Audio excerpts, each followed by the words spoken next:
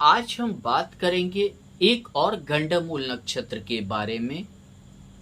मूल नक्षत्र, जिसको बहुत मूला नक्षत्र भी कहते हैं, ये भी एक गंडमूल नक्षत्र है। इनके स्वामी केतु होते हैं।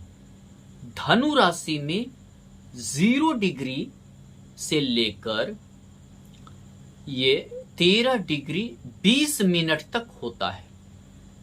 मैंने आपको 3 चीजें बताया है। पहला कि कोई भी गंडमूल नक्षत्र के जो स्वामी होते हैं वो चाहे बुध होते हैं चाहे केतु होते हैं, 2 ही होते हैं। दूसरा, ये जिस राशि में रहते हैं पूर्णतः चारों चरण उसी में होते हैं। किसी भी नक्षत्र के 4 चरण होते हैं। मूला नक्षत्र के भी चारों चरण धनु राशि में ही होते हैं, 0 डिग्री से लेकर 13 डिग्री 20 मिनट तक। तीसरा जो है, अगर आप मूल नक्षत्र में पैदा लिए हैं तो समझिए आपको जिसकी जरूरत ज्यादा जीवन में होगी वो मदद बहुत कम मिल पाएगा। चाहे ये परिस्थिति बस ऐसा उत्पन्न हो जाए, या समझिए कि कुछ ऐसे आपकी भाग्य की विडंबना ही हो जाए कि वो चीजें आपका जीवन में वो चीज का मदद नहीं मिल पाएगा। खासकर जैसे मूला नक्षत्र के स्वामी केतु हैं, केतु जिस भाव में हो और जिस भाव में चंद्रमा मूल नक्षत्र का धनु राशि में हो, वो चीजें आपको जो है नहीं मिलेगी। यानी उस चीज का हमेशा आप अभाव महसूस करते रहेंगे, हमेशा वो चीज आपसे दूर भागता चला जाएगा। ये चीजें आप जान लीजिए। यहां एक्चुअली धनु राशि गुरु का राशि है और मूल नक्षत्र केतु का। ऐसे में ऐसे व्यक्ति बहुत धार्मिक चीजों के कारण, धार्मिक भावना के कारण, यह समझिए कभी कभी बहुत ज्यादा इतना धार्मिक हो जाते हैं कि जैसे अपने परिवार से दूरी बनाना, अपने परिवार से मतलब समझिए कि पत्नी से या माँ बाप से अपने सोच को एक अलग कर लेना, इस टाइप की भी प्रवृत्ति आ जाती है, क्योंकि दोनों धर्म का ही प्रतिनिधित्व करते हैं। इस टाइप की भी प्रवृत्ति बहुत बार आ जाती है। हाँ, ऐसे व्यक्ति यदि जीवन में अकेले चलते हैं तो समझिए बहुत उच्च चोट मतलब कि दूर पहुंचते हैं। एक अच्छा राइटर होना, धार्मिक होना, किताब लिखना, नाम कमाना, इस टाइप के होते हैं। लेकिन इन्हें समझिए अकेले ही अगर ये चले, अकेले ही कोई चीज मकसद बना के चले तो ये फिर पुरस्कृत भी हो सकते हैं, अपने जीवन में उन्नति भी कर सकते हैं।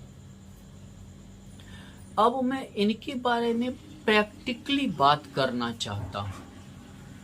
किताब वाली भाषा में नहीं बोलूंगा, प्रैक्टिकल हम जैसे कि बात को हम करते हैं।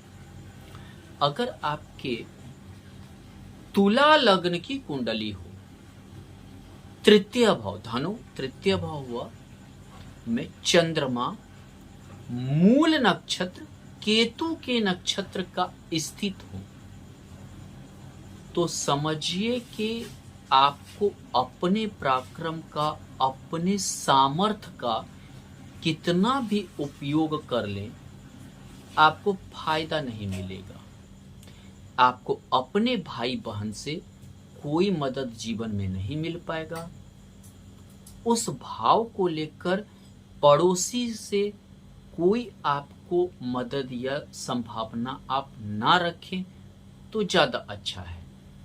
यानी कि आप अपने जीवन में ये चीज उतार लीजिए, आपको अपने भाई बहन से, पड़ोसी से, अपने जान पर नेटवर्किंग से कोई फायदा नहीं महसूस होगा। अब करें क्या? यानी कि अपना पराक्रम अपने बदौलत आप चलें, भाई बहन पे ये सब मत समझे कि वो आपकी मदद करेंगे, पड़ोसी करेंगे, या मतलब समझिए कि आपके जान पहचान वाले करेंगे। यानी बिना जान पहचान वाले को चुनिए।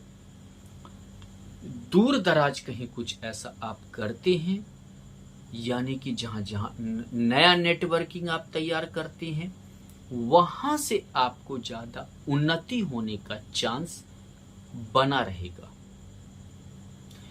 इसी प्रकार से तुला लग्न की कुंडली है, तृतीय भाव में चंद्रमा मघा नक्षत्र केतु के नक्षत्र का है, और केतु मान लीजिए कि आपके एकादश भाव में स्थित है, 11वें भाव में, तो सिंह का।